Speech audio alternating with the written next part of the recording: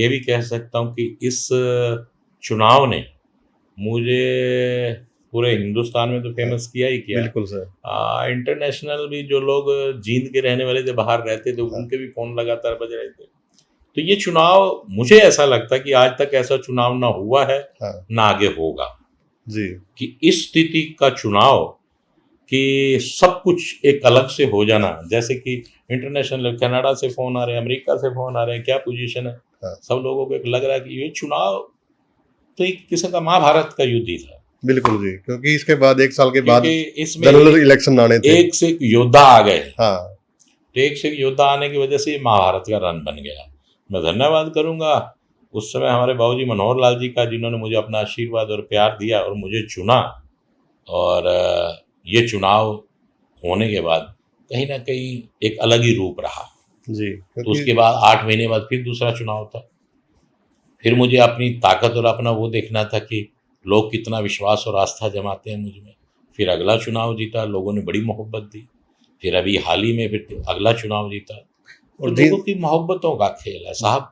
चुनाव, मैं ये मानता हूँ, चुनाव आप उल्टे सीधे बयान दे दें या किसी को कुछ कह दें, ये अलग विषय है, लेकिन लोगों के दिलों में जगह रहना ये अलग विषय है। बिल्कुल सर, क्योंकि आपके पिताजी ने भी पूर्व मंत्री को हराया था, और उसके बाद फिर अगर आपकी बात करें तो बीजेपी का खाता भी तो आपने खोला है जींद के अंदर।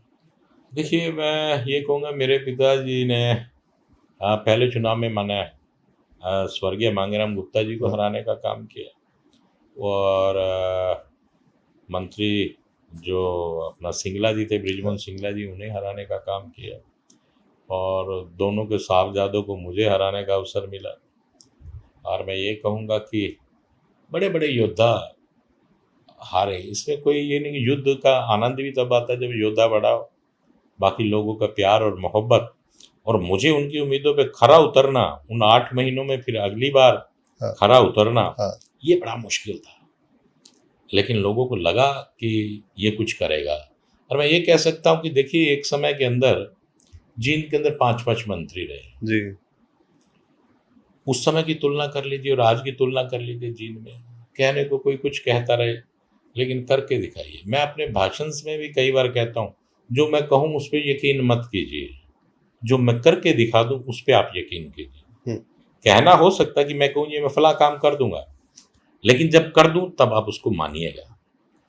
पिता ने अगर मेडिकल कॉलेज का संकल्प लिया, तो उस हाँ। समय के मुख्यमंत्री मनोहर लाल जी ने मेडिकल बनाने की हाँ की। उसमें मेरे पिता ने कहा कि मैं सबसे बुजुर्ग भी हूँ और as a doctor medical college दीजिए, जल्दी वो मेडिकल कॉलेज प्रारंभ हो जाएगा। मैंने एक भाखड़ा बहुत बड़ी उपलब्धि है ये जींद के लिए। मैंने भाखड़ा के पानी का एक स्वप्न लिया, तो उसे पूरा किया। मैं कहता हूँ, गलियां सड़कें बनती रहती है, टूटती रहती हैं, सरकारों में बनेंगी, टूटेंगी, लेकिन ऐसे प्रोजेक्ट जिसे कहते हैं हाँ। ना, दादा बनाए पड़पोता बरते, पोता नहीं पड़पोता बरते, क्योंकि मेडिकल कॉलेज बनेगा तो 100-150 साल तक चलेगा साहब। आज चौधरी बंसीलाल जी का देन है जो जींद में हॉस्पिटल है। तो सब काम ऐसे कीजिए कि जिसे लोग याद रखें। भाखड़ा का पानी आ जाएगा, ट्यूबवेल का पानी पीते थे जींद के लोग, अब भाखड़ा का पानी पियेंगे। कब तक आ जाएगा सर ये भाखड़ा का लगभग पानी? 1.5 वर्ष के बाद, काम पूरा तेजी से चल रहा है, लगभग 1.5 वर्ष के बाद उसका भाखड़ा का पानी जींद में आ जाएगा। एक बड़ी मांग है सर ये। और क्योंकि 2.5 वर्ष का समय था, लगभग 7-8 महीने हो चुके हैं इस काम को चलते हुए। जी, तो बिल्कुल। तो ये प्रोजेक्ट है मेरे। जी, तो भाई एक बार खुल के बाई इलेक्शन पे बात करते हैं सर। तो 2018 से पहले आप कभी प्रचार में जाते थे? क्या कुछ था राजनीति नहीं, को लेकर आपका? देखिए, मेरे पिता का मैं ये कहूँगा कि प्रभाव अच्छा था। मेरे पिता को तो बहुत कम बाहर निकलते थे। 2012 के बाद जब उनको चोट लगी, उसके बाद फिर मैंने ही उनको संभाला। सारी कॉन्स्टिट्यूएंसी को मैंने संभालने का काम किया, और सबने प्यार और मोहब्बत दी।